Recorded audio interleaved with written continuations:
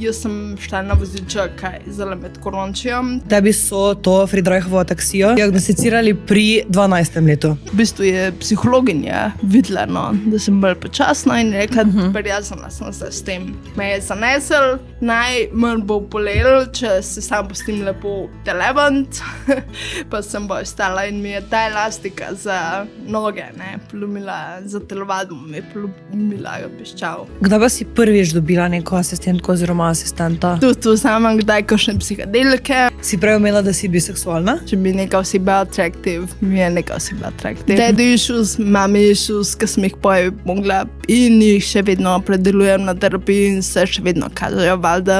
Po tej zvezi sem tudi jaz po nekem času radila toksik. Mislim, imam kompleksen odnos s fotrom, imam tudi nek poseben odnos s mami. 70% participantov je bilo slepih in mi smo šli birdwatchat. Potem pol ure na terapiji tišina, noč nisem rekla in pa sem pa pol ure sam bruhala.